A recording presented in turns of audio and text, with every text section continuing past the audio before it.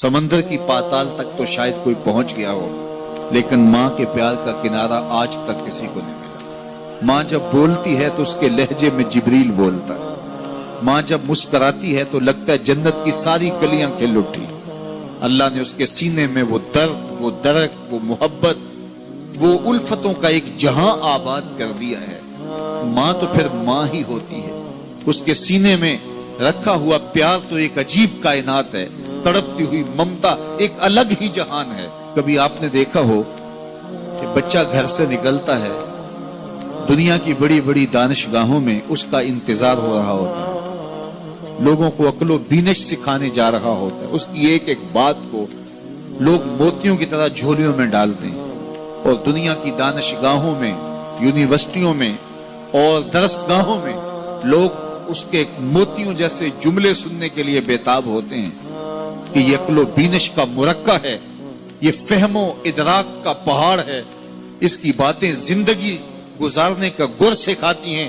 तो लोग सीखने के लिए जमा होते हैं। लेकिन वो शख्स जब घर से निकलता है तो माँ कितने भोले अंदाज में कहती है, पुत्र जरा सड़क ध्यान से अबूर करना। जो दुनिया को अक्लो बीनिश का सबक सिखाने जा रहा है, उसको ये भी नहीं पता कि सड़क कैसे अबूर करनी है। लेकिन माँ के प्यार का रूप है, ये माँ की मोहब्बत का तेवर है, ये उसकी उल्फत के रंग हैं।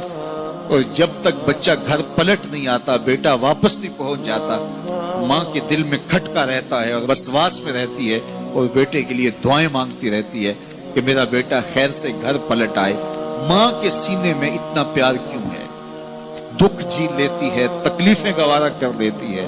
गरीब माएं तो बेटों और बेटियों का पेट पालने के लिए किसी के घर के बर्तन भी मांजने पड़े तो इससे भी गुरेज नहीं करती। तकलीफें सह लेती हैं, अजियतें गवारा कर लेती हैं, लोगों की गुलामियां कबूल कर लेती हैं। माएं अपनी औलाद के लिए क्या कुछ नहीं करती। माँ को अपनी औलाद से इतना प्यार क्यों है? एक ही जवाब है, इसलिए कि माँ ने औलाद को जन्म दिया है। मेरे जुमले को दिल के कानों से सुनना। जिस माँ ने जन्म दिया है वो इतना प्यार करती है, तो जिस रब ने खलक किया है वो कितना प्यार करता है। जन्म देने वाली के प्यार का ठिकाना कोई नहीं, तो जो खलक करने वाला है उसके प्यार का अंदाजा कौन कर सकता? तो माँ गवारा नहीं करती कि मेरा बेटा भूखा रहे, तकलीफ में रहे, बेटा भूख में तड़पे, तो माँ बेचैन हो जाती है। तो जो 70 माओं से ज्यादा प्यार करता है, उसने कैसे गवारा कर लिया कि मेरा बंदा भूखा रहे? सहरी का खाना खाया है, कड़कती दोपहर है, बरसती गर्मी है, जुबान पे पिपड़ी जम गई, हलक खुश्क हो गया, खाने के लिए पीने के लिए सब कुछ मुयस्सर है, लेकिन कहा नहीं एक घूंट भी नहीं लेना। वुजू करते भी एहतियात करना है, हलक से नीचे कोई कतरा उतर ना जाए, कुछ खाना भी नहीं। 70 माओं से ज्यादा प्यार करने वाले रब ने ये कैसे गवारा कर? इस मसले को समझने के लिए फिर दोबारा माँ की आगोश में आना पड़ेगा। बेटा बीमार हो गया, माँ डॉक्टर के पास ले गई, उसने दवा तजवीज की, सिरप लिखा, वो कड़वा था, बेटा पीता नहीं। माँ ने जबरदस्ती उसको लटा लिया, उसका हलक खोला, मुंह खोला, उसमें कतरे सिरप के टपका रही है। बच्चा चीखता है, रोता है, लेकिन जूजू वो कतरे हलक से नीचे उतरते जाते हैं, माँ के चेहरे पे तमानियत आती जाती है। क्या माँ सफाक हो गई है? नहीं। माँ की ममता छिन गई? नहीं। वो जो बेटे की आंख में आंसू नहीं देख सकती थी, वो तड़पते हुए बच्चे को देख के मुतमईन क्यों है? क्या माँ की ममता रुखसत होगी? जवाब नहीं। तो फिर क्यों माँ इतनी खुश है? कहा बेटा नहीं जानता, माँ जानती है। चंद लम्हों की तकलीफ है, कुछ लहजों की कड़वाहट और तलखी है, लेकिन ये सिरप जब मैदे में उतरेगा तो नतीजा शफा की सूरत में बरामद होगा।